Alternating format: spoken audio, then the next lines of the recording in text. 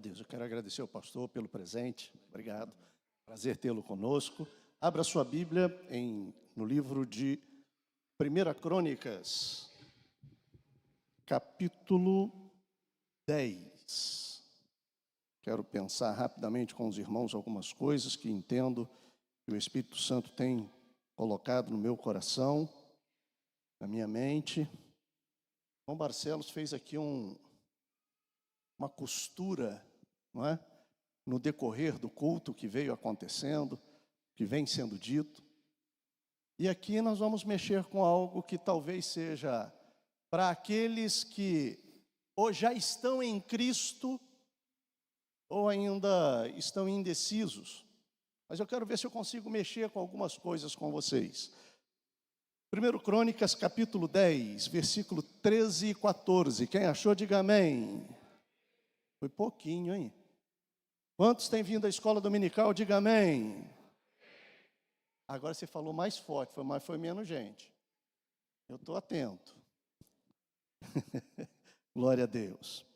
Assim morreu Saul por causa da sua transgressão com que transgrediu contra o Senhor, por causa da palavra do Senhor, a qual não havia guardado, e também porque buscou a adivinhadora para a consultar, e não buscou o Senhor, pelo que o matou e transferiu o reino a Davi, filho de Jessé. Amém até aqui? Curve a tua cabeça. Pai eterno, fala conosco, Senhor. É a tua palavra. Precisamos ouvir a tua voz e que haja continuidade àquilo que fizemos desde o início deste culto. Cremos em ti, no nome de Jesus pedimos. Amém. Acabamos de passar por uma festividade de 5 dias, quinta, sexta, sábado, domingo e segunda-feira. Mensagens que foram extraordinárias ao nosso coração. Quem estava presente pode dizer amém. Olha aí. E ontem foi a nossa Santa Ceia. E aí talvez a síndrome, acho que já começaram a rir, porque síndrome pós-ceia, não sei, a gente tem que ter um antídoto, não é possível. A gente vai ter que dar um jeito nesse negócio. Mas, está começando a funcionar. Então, o irmão Zé Luiz está aqui hoje, no domingão, para provocar. Não é? Glória a Deus que você está aqui. A minha fala não é a vocês. Talvez seja aqueles que estão nos assistindo pela TV, ou pelo YouTube, pelo Facebook, para que compareçam aos domingos pós-Santa Ceia. E é difícil pregar depois de tantas mensagens maravilhosas, abençoadoras, e aí a gente fica pequenininho. Terça-feira que eu fui dar o estudo foi Jesus, vai ficar um pouco mais difícil também, não é? Mas eu quero ler esse texto, eu li esse texto apenas como referência, porque nós vamos estar fazendo alusão sempre ao que está escrito lá em 1 Samuel, capítulo 13. Eu comecei com o final, dizendo o que aconteceu a Saul. Mas o início da vida de Saul, do ministério de Saul, vou colocar aqui como ministério de Saul, foi algo muito promissor, algo muito bom. Afinal de contas, por mais que o povo desejasse ter um líder, e o Senhor, é como se estivesse rejeitando ao Senhor. Samuel, inclusive, ele fica numa situação delicada, e Deus fala com ele, falou, rapaz, não estão rejeitando a ti, estão rejeitando a mim, mas vamos dar esse líder que o povo está querendo. E Saul era alguém muito interessante, um homem bonito. Começa no capítulo 9, na verdade, de 1 Samuel, a história de Saul. Um homem muito bonito, o mais alto das tribos de Israel. Diz que dos mais altos, a palavra de Deus nos mostra que dos mais altos em Israel batiam nos seus ombros. Ele era alto e bonitão. E foi escolhido por Deus. Isso é maravilhoso, sim ou não? Sim ou não? Desse jeito a igreja não sobe, não. Lembra desse hino antigo? Sim ou não, sim ou não? Ele tinha tudo para dar certo. Tudo para dar certo. Foi revelado por Deus a Samuel. Era um homem simples, era da tribo de Benjamim, a menor tribo de Israel, e dizia-se também como sendo o menor da tribo de Benjamim, o Senhor vai escolher aquele lá. E revela a Samuel, mostra quem seria esse. E da maneira que foi, o Espírito de Deus se apoderou de Saul, e ele profetizou em meio aos profetas, um homem com um início muito promissor. Logo em seguida reúne o povo de Israel, há uma guerra, e sobressai, ganha essa guerra, onde valorizou demais a sua posição, onde foi constatado o seu reinado. Um homem extraordinário começa agora algo muito bom. Porém, em meio à caminhada, cometem alguns erros. E aí a primeira análise que eu quero fazer é, querido, você pode ter começado muito bem. Lembra o dia que você levantou a mão para Jesus? Lembra quando você sentiu a presença do Espírito Santo de maneira tão extraordinária que você não resistiu e você levantou a sua mão e veio à frente? Glória a Deus por esse dia. Maravilhoso esse dia. Mas não perca a visão. Não perca o propósito de Deus para a sua vida. Não perca o sentido da caminhada. Porque no meio da nossa existência, muitas coisas acontecem que podem nos desvirtuar, que podem nos fazer errar. Nossas escolhas podem nos definir e orientam o nosso futuro. E isso começa hoje. O de ontem, você já fez. Mas e o de hoje? Estou olhando para o futuro. O que eu faço, o que eu falo, ou o que eu não faço, ou o que eu não digo, está norteando o meu futuro. Quem entendeu, diga amém. E eu quero mexer com alguns erros aqui de Saul para a nossa existência, para a nossa vida, e que nós precisamos tomar muito cuidado. Primeiro, a primeira coisa que eu quero falar aqui está no capítulo 13, versículos de 1 a 4, onde ele acaba buscando glória para si. É interessante que esses versículos vão mostrar que Jonatas, versículo 3, Jonatas feriu a guarnição dos filisteus que estava em Gibeá. Quando você vai para o versículo 4, tem uma diferença. Aqui é relatado que Jonatas estava à frente, mas no versículo 4 mostra e diz que, de alguma maneira, Saul chama essa vitória nessa guarnição contra os filisteus para si mesmo. Não dá a devida honra e, o que é pior, não dá a glória ao Senhor. Nós precisamos tomar cuidado. Temos vitórias, nós ouvimos o testemunho aqui de vitórias que o Senhor tem nos dado na nossa vida pessoal, mas eu quero te lembrar que quem deu foi o Senhor. Não esquece disso. Não te estribes, não te apoies no teu próprio entendimento, na tua compreensão, na tua força. Salomão escreve no capítulo 3 de Provérbios. Não te apoies nisso. Lembre-se que o querer e o efetuar é do Senhor, é dele. Tudo que acontece, da maneira como faz, pastor, mas foi eu que fui, porque foi na força do Senhor. Aconteceu, porque o Senhor fez com que acontecesse. A glória sempre precisa ser dele. Nós não podemos nos esquecer disso e incorrer no erro, porque no dia a dia, a gente acaba deixando de entender o quanto o Senhor é maravilhoso e Ele atua de maneira extraordinária, inclusive em pequenas coisas. A Ele glórias e honras sempre. Amém, queridos? Muitos agem assim, né? O sucesso é meu e a culpa é dos outros. Quando tudo dá certo, oh, rapaz, se não fosse eu lá, se não sou eu, mas quando dá errado, mas também fulano fez isso, Beltrano fez aquilo outro. É ou não é assim? Vamos dar um exemplo prático, fácil, para todos os casados aqui. Quando dá uma confusão, eu só fiz isso porque você fez aquilo e aquilo outro. A Ivone se identificou ali. Eu só fiz isso porque foi meu erro. Mas, no entanto, eu culpo o outro por aquilo que eu fiz de errado. Que história é essa? Não, nós não podemos ser assim. Segunda coisa que nós vamos ver aqui nesse capítulo 13, está no versículo 8, versículo 9, que fala da impaciência. Impaciência. E esperou 7 dias até o tempo, versículo 8, de Samuel, do capítulo 13, tá? Que Samuel determinara, não vindo, porém Samuel a Gilgal, o povo se espalhava dele. Então disse Saul, trazei-me aqui um holocausto e ofertas pacíficas, e ofereceu o holocausto. Ele era rei ou sacerdote? Rei ou sacerdote, igreja? Começa com rei. Rei. Ele era rei. Olha só que coisa interessante. A justificativa estava certa. Porque Samuel não chegou no tempo que ele tinha dito que ia chegar. Ele chega depois, para assassinar o português aqui. Ele chega depois. Então, quando Saul vai falar a Samuel, ele está dizendo o seguinte, lembra da história que a culpa é do outro, né? Então, eu fiz isso, mas assim, você não chegou. Você não chegou no tempo.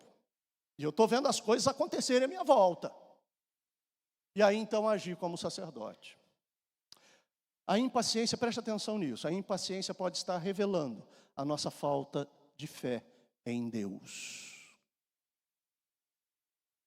Se Deus te disse que vai acontecer, meu irmão, minha querida, vai acontecer.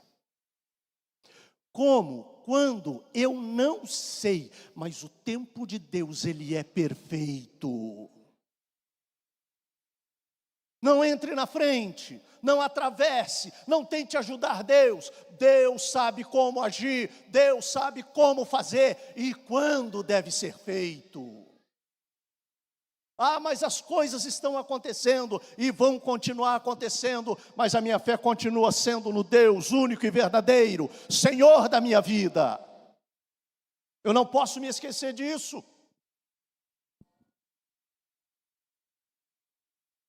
Acalme-se e creia nele.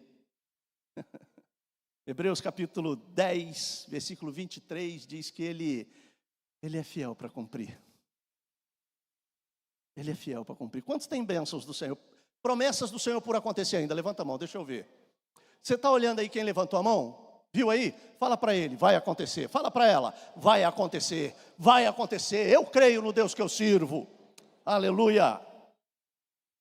Terceiro, é exatamente o que eu já falei aqui, né? Culpar os outros pelos seus próprios erros. Versículos 12 e 13.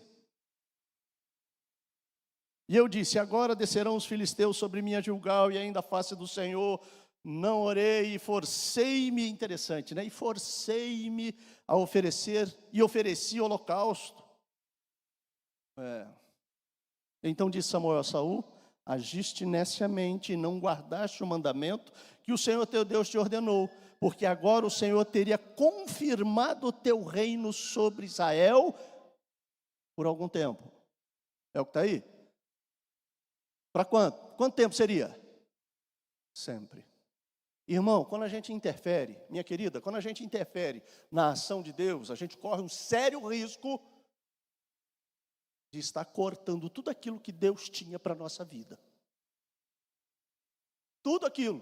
Eu vou lembrar do início da minha fala aqui. A importância e o quão promissor foi o início desse ministério, colocar aqui entre aspas, ministério de Saul. Mas, no entanto, diante das suas atitudes, diante dos seus pensamentos, ele põe tudo a perder. Culpar os outros pelos seus próprios erros. Observe que as desculpas eram falsas, não eram falsas, mas a atitude estava errada. Irmão, eu não posso justificar um erro com outro erro. Está entendendo o que eu estou falando? E às vezes a gente faz isso dentro de casa.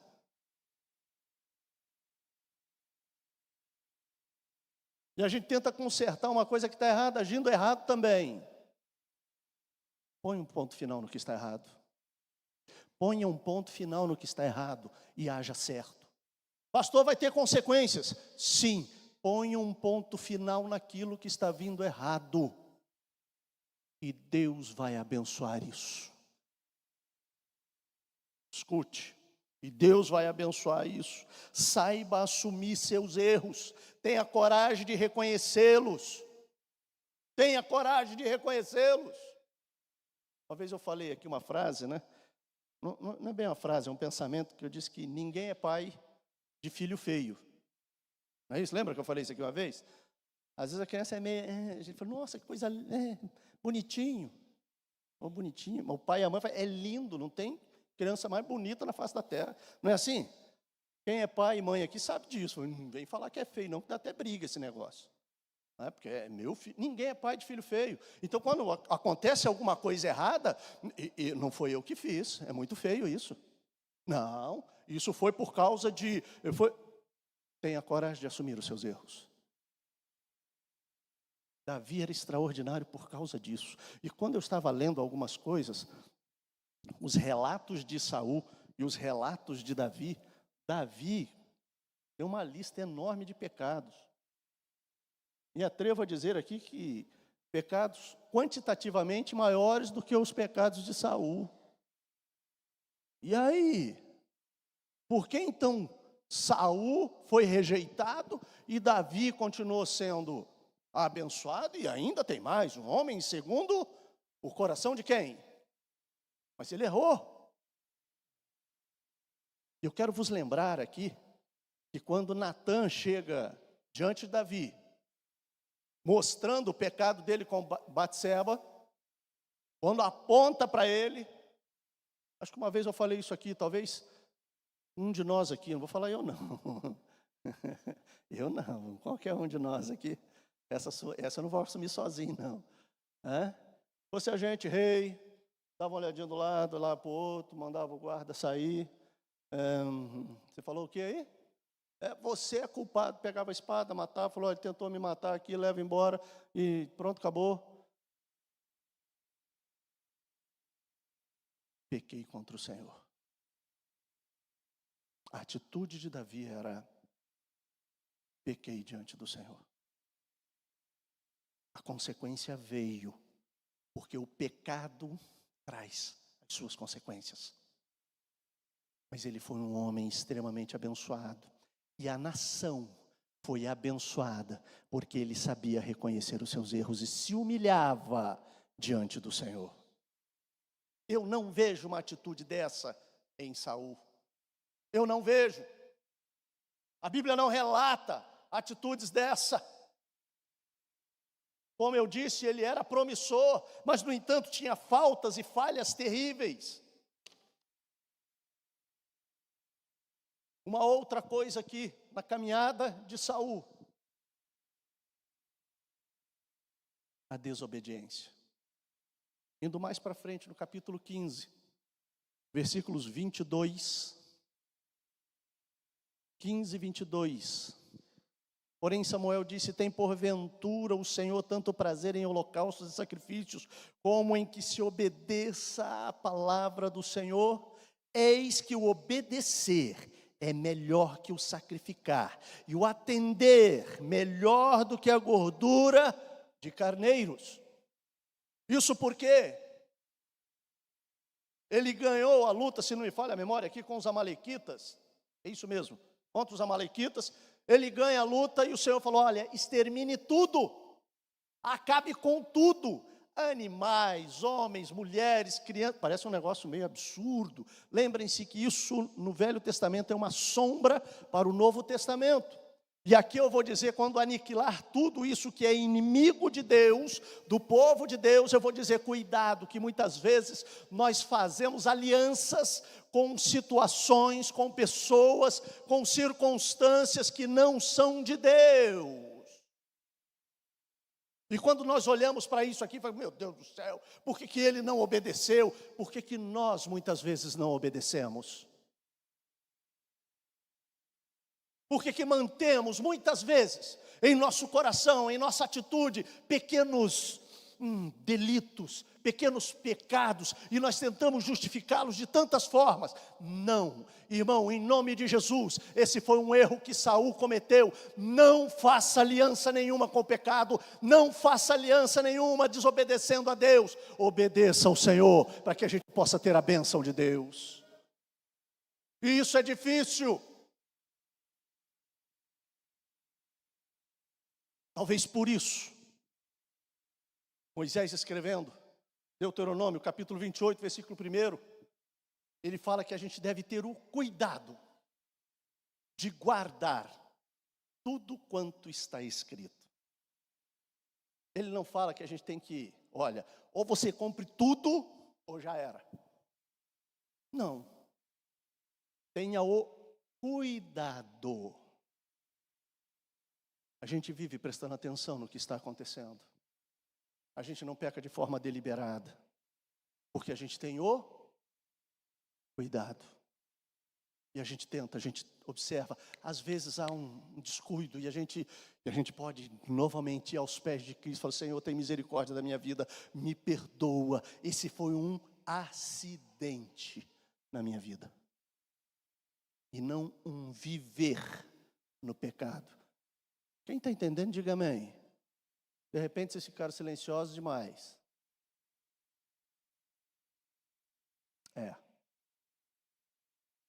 Tem horas que é difícil abrir mão de determinadas coisas.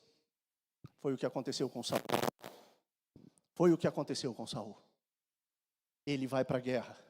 Primeiro, ele não mata o rei dos amalequitas, ele poupa a vida dele. E quando Samuel chega lá, falou: deu tudo certo, foi uma bênção, glória a Deus, maravilha. O trabalho foi feito com sucesso. E aí Samuel falou: mas que barulho é esse que eu estou ouvindo aí, de um tilintar de alguma coisa? Não, isso aí, nós fizemos o seguinte: pegamos o melhor do gado, o melhor dos bezerros, o melhor dos carneiros e separamos para o holocausto, para o sacrifício ao Senhor. Mas o Senhor não disse que era para eliminar tudo. A gente vai buscar justificativas para pequenos pecados nossos. Está entendendo o que eu estou falando, querido? Você está entendendo, minha irmã? Diga amém. Para de buscar justificativa. A gente precisa parar com isso. O que está errado, precisa ser extirpado. Não pode continuar, eu não posso continuar fazendo. Se o Senhor tem me mostrado, isso tem sido visto, eu tenho percebido. Aliás, se o Senhor tem me mostrado, não, pecado é pecado. A gente sabe que é pecado.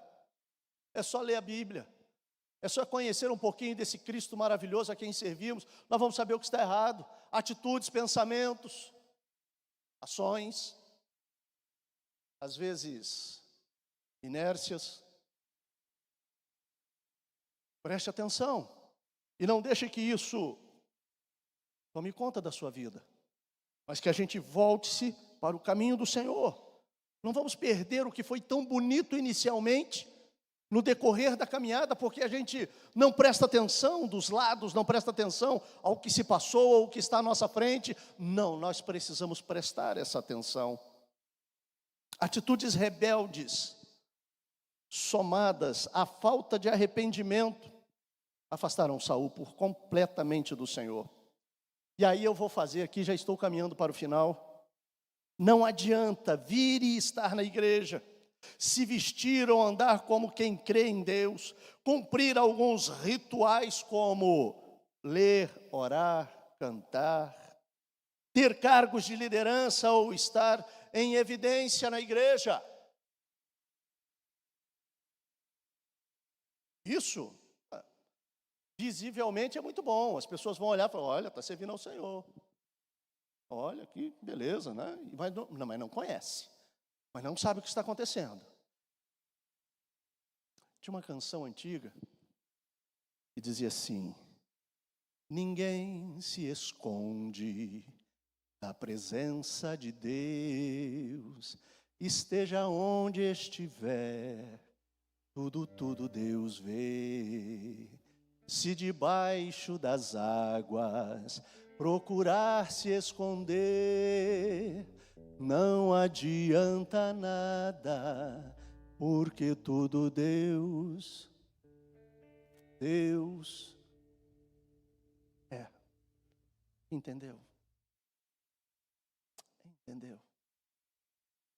Deus está vendo como chama de fogo o que andas fazendo, escondido entre o povo.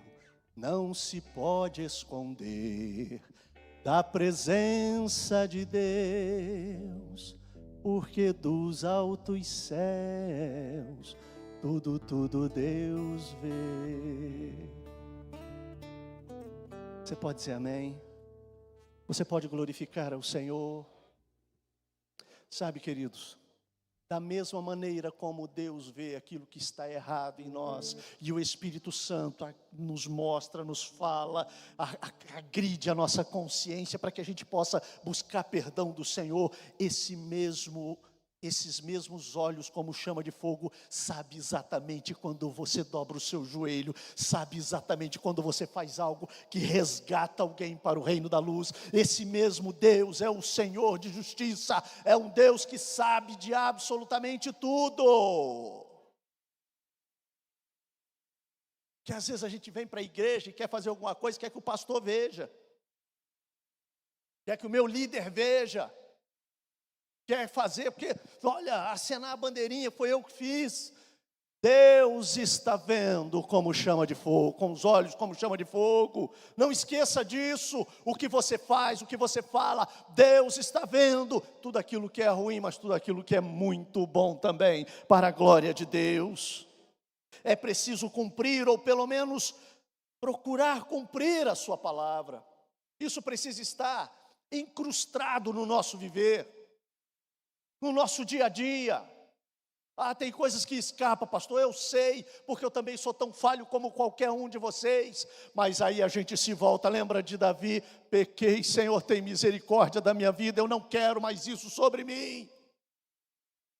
E não uma continuidade do estar no pecado, de fazer, de praticar, de saber inclusive que não se deve, mas aí a gente vai buscando algumas coisas. Psiquicamente isso é muito comum, a gente conversava, eu e a Simone conversava, acho que foi ontem, alguma coisa nesse sentido, o quanto nós humanos vamos buscar sentidos em muitas coisas que muitas vezes não tem. Cuidado, cuidado, que apaga, que aplaca, o que defende, que nos defende, é o escudo da fé contra os dardos inflamados do maligno. E ele os lança toda hora, em todo tempo. É preciso se arrepender dos seus erros e deixá-los. Provérbios 28, 13. Se você for ver lá, eu preciso me arrepender. Preciso me arrepender. Eu preciso deixá-lo. Não continue fazendo. E para terminar, nossas características pessoais devem servir ao Senhor da igreja, para a igreja. Lembra que eu falei aqui de Saul? Bonitão, altão, bom guerreiro, não é isso? Aprendeu a liderar o povo, olha que maravilha. Mas, no entanto, se perdeu com tudo isso que tinha. E às vezes, por muitos valorizarem algumas coisas que o Senhor nos deu para a realização da obra dele, nós nos desvirtuamos. Mas só produziremos algo se estivermos comprometidos em depender da ação exclusiva do Espírito Santo.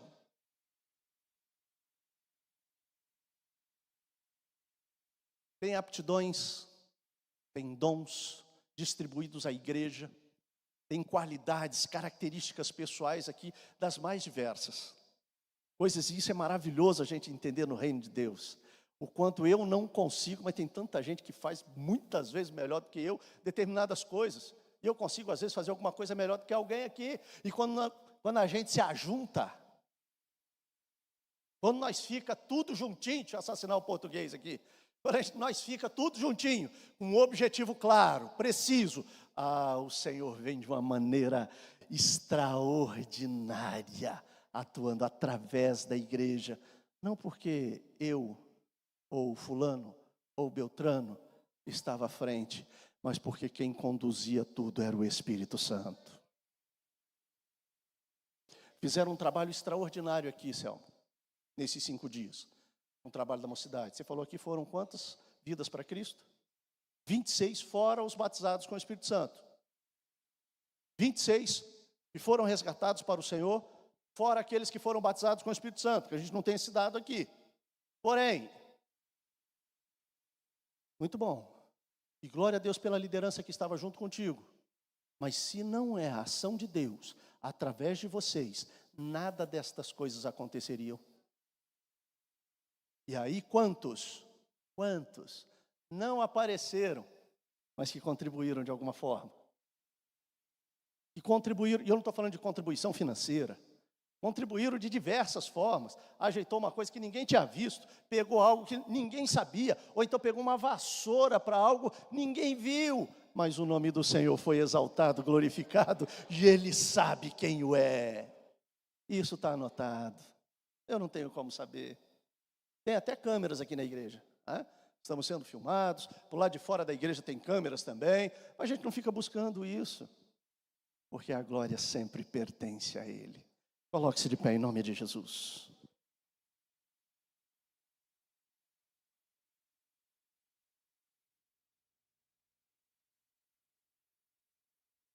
O que isso tem a ver com Jesus? Jesus é o caminho, a verdade e a vida. E é o Espírito Santo que nos convence do pecado, da justiça e do juízo. E eu quero convidar você, ou a vocês, que ainda não deram um passo na direção de Jesus, que transforma a nossa vida, que revela quem somos, inclusive, mostra a nossa pequenez, mostra o quanto nós somos falhos, mas que Ele não deixa isso em evidência, pelo contrário, a evidência está no agir do Espírito Santo em nós. O sangue de Jesus Cristo foi derramado pela sua vida. A você que está nos assistindo também, essa palavra é para você. O sangue de Jesus foi derramado pela sua vida, para que você pudesse encontrar paz em meio à tribulação, pudesse encontrar consolo em meio à angústia, o luto, aos traumas. Ele é o nosso socorro bem presente na hora da angústia, e nós estamos apresentando Ele a você. E se você quer dar esse passo na direção de Jesus, você que ainda não é um crente em Jesus Cristo, e quem sabe ficou aí por algum tempo, em cima do muro, sem ir nem para um lado nem para o outro, quero te dizer que o muro é do diabo. O muro é daqueles que não têm Cristo. Tem que vir para o lado de Jesus Cristo. Esse é o momento. Está desviado dos caminhos do Senhor, está afastado. Em algum momento nessa trajetória desviou-se. Essa noite é noite de salvação para a sua vida. Se há alguém para Jesus aqui, levante uma de suas mãos em sinal de aceitação. Eu e esta igreja queremos orar por você. Há alguém para Jesus? Irmão, olhe com muito carinho à sua volta, verifique se tem alguém, faça o convite com muito amor, e aí eu me dirijo àqueles que estão nos assistindo agora. Se a palavra de Deus, no decorrer deste culto, seja ela falada, testemunhada ou cantada, tocou o seu coração, e de alguma forma você sentiu o Espírito Santo agindo no teu interior, essa noite, esse momento, ou esse dia, eu não sei quando você vai estar assistindo isso, é momento de você se entregar a Jesus Cristo. E se você o fizer de todo o seu coração, onde quer que você esteja, a salvação vai ser para a sua vida. E se você está se decidindo pelo Senhor, nesse momento, coloque as suas duas mãos sobre o seu peito. Nós estaremos orando por vocês agora. Há alguém aqui que quer aceitar esse Jesus como único e suficiente Salvador? Nós vamos orar. Curve a sua cabeça. Tu sabes e conheces cada um, todos eles, em que momento isso estaria acontecendo, Tu os conheces. Espírito Santo, que eles possam sentir a alegria da salvação. Oh Senhor, que eles percebam, entendam, compreendam e creiam que o Teu sangue está sobre a vida deles, limpando, tirando, justificando de todo o pecado, de toda a transgressão. Que eles confessem a Ti, Jesus, como Senhor. Seja sobre eles. Pai, nós Te louvamos e Te bendiremos sempre, porque Tu és Senhor. Quanto a nós, Senhor, Tu nos conheces. Tu sabes das nossas falhas e o quão precários nós somos. Precisamos e dependemos de Ti. No nome de Jesus pedimos. Amém. Amém. Podeis assentar, queridos.